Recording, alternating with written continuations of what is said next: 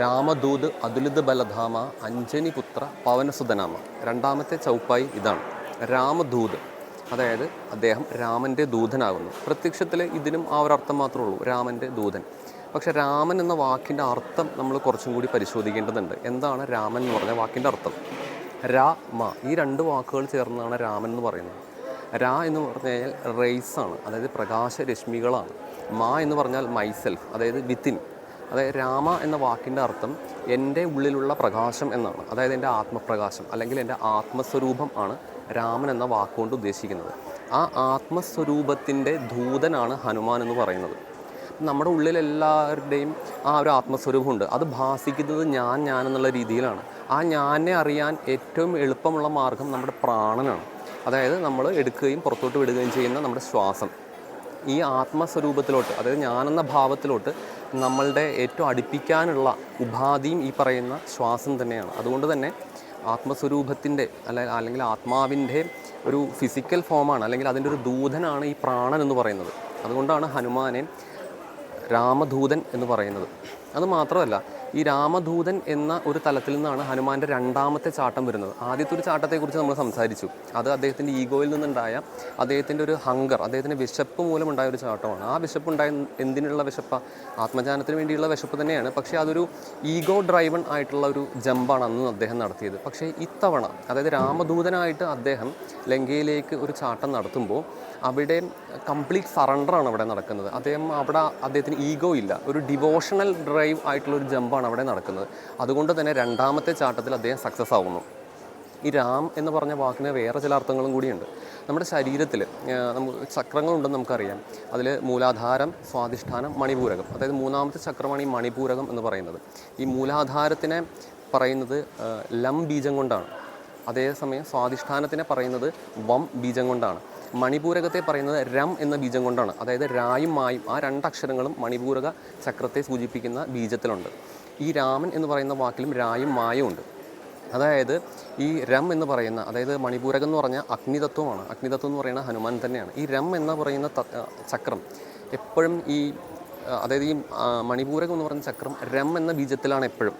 അതായത് ഹനുമാൻ എന്ന് പറയുന്ന അഗ്നിതത്വം എപ്പോഴും രാമനാമം ജപിച്ചുകൊണ്ടിരിക്കുന്നു എന്ന് പറയുന്നതിൻ്റെ ഒരർത്ഥം ഇതും കൂടിയാണ്. അപ്പോൾ അതും നമ്മൾ മനസ്സിലാക്കേണ്ടതുണ്ട്.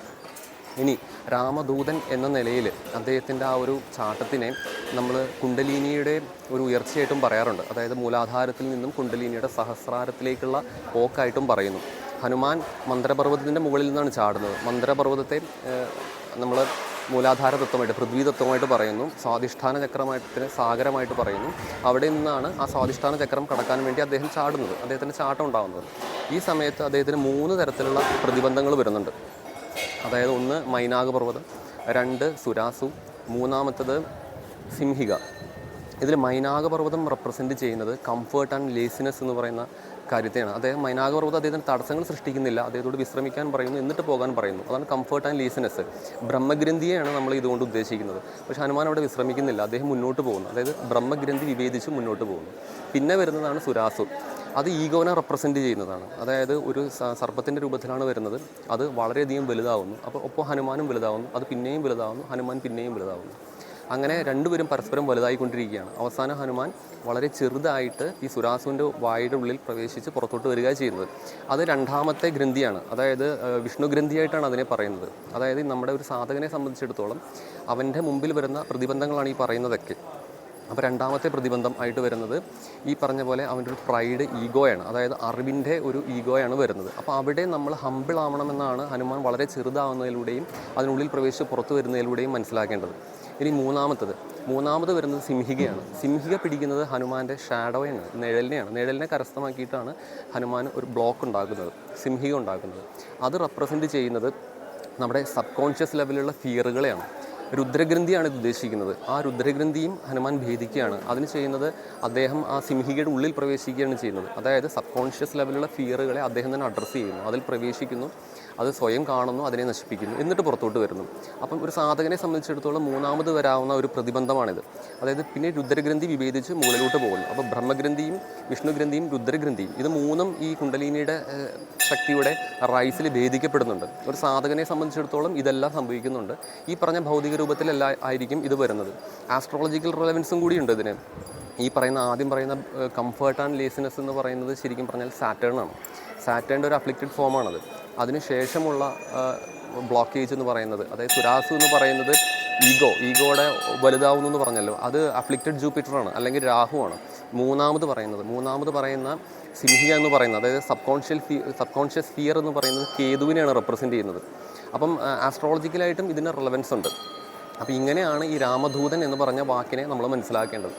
അതിനുശേഷം രാമദൂത് അതുലിത് ബലധാമ, അതുലിത് അതായത് കമ്പാരിസൺ ഇല്ലാത്ത, ഒന്നിനോടും തുലനം ചെയ്യാൻ പറ്റാത്ത ബലമുള്ളവൻ എന്നാണ് പറയുന്നത്. ആ വാക്കിൻ്റെ അർത്ഥം അത് തന്നെയാണ്. കാര്യം അദ്ദേഹത്തിൻ്റെ ഒരു ബലത്തിനെക്കുറിച്ച് നമുക്ക് തുലനം ചെയ്യാൻ പറ്റില്ല. ഇപ്പോൾ ഭീമൻ്റെ ബലത്തെക്കുറിച്ച് പറയും 1000 ആനകളുടെ ബലമാണെന്ന്, പക്ഷേ ഹനുമാൻ്റെ ബലത്തെക്കുറിച്ച് പറയാൻ പറ്റില്ല.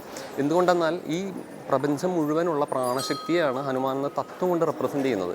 ആ പ്രാണശക്തിയിലാണ് ഈ പ്രപഞ്ചം മുഴുവൻ ചലിക്കുന്നത്. അതുകൊണ്ട് തന്നെ അതിൻ്റെ ബലത്തിന് തുലനമായിട്ട് മറ്റൊന്നും നമുക്ക് പറയാൻ കഴിയില്ല. രാമദൂത് അതുലിത് ബലനാമ അഞ്ജനി പുത്ര.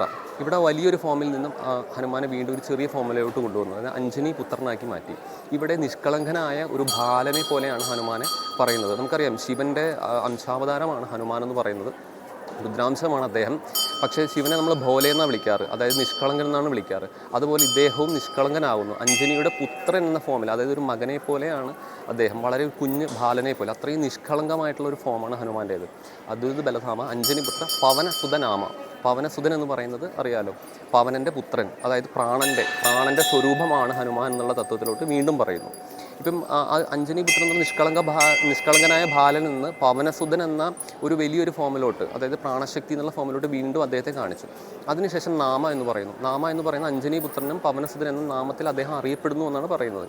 പക്ഷെ അതിന് വേറൊരർത്ഥം കൂടിയുണ്ട്. ഈ നാമം എന്ന് പറയുന്നത് ഹനുമാൻ്റെ മറ്റൊരു പേരായിട്ടാണ് പറയുന്നത്. ലോകത്ത് നാമജപം കൊണ്ട് മുന്നോട്ട് പോകുന്ന, അല്ലെങ്കിൽ നാമജപം ഇത്രയും കൃത്യമായി അനുഷ്ഠിക്കുന്ന രണ്ടേ ആളുകളാണുള്ളത്. ഒന്ന് നാരദനും മറ്റൊന്ന് ഹനുമാനുമാണ്.